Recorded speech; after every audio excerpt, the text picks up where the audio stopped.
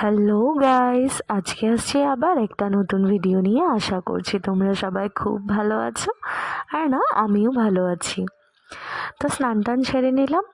আজকে না খুব লেট হয়ে গেছে স্নান করতে, মানে এই কয়টা দিন এই যে রোদে বসার চক্করে রোজ দিনই লেট হয়ে যায় স্নান করতে।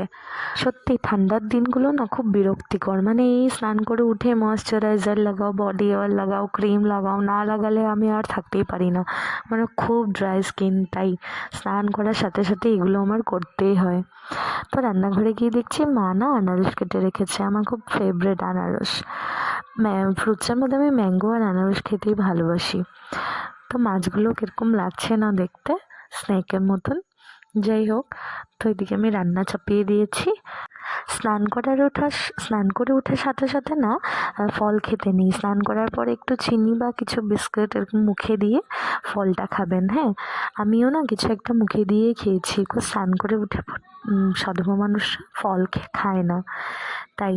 তারপর রান্না চাপিয়েছি, আর রান্নাতে ছিল ডাল ফুটিয়ে এই নিরামিষের তরকারিটা করেছিলাম।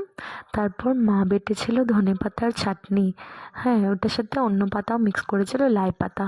তারপর মাছের ঝোল বানিয়েছিলাম পেঁয়াজি পাতলা করে, ধনেপাতা দিয়ে, ডাল আর মূলা দিয়ে, মাছ দিয়ে। আর এগুলো ছিল লাইয়ের আগাগুলো, লাইয়ের ফুল আর কি, সেগুলো বড়া করেছিলাম। আমার খুব ফেভারেট এগুলো।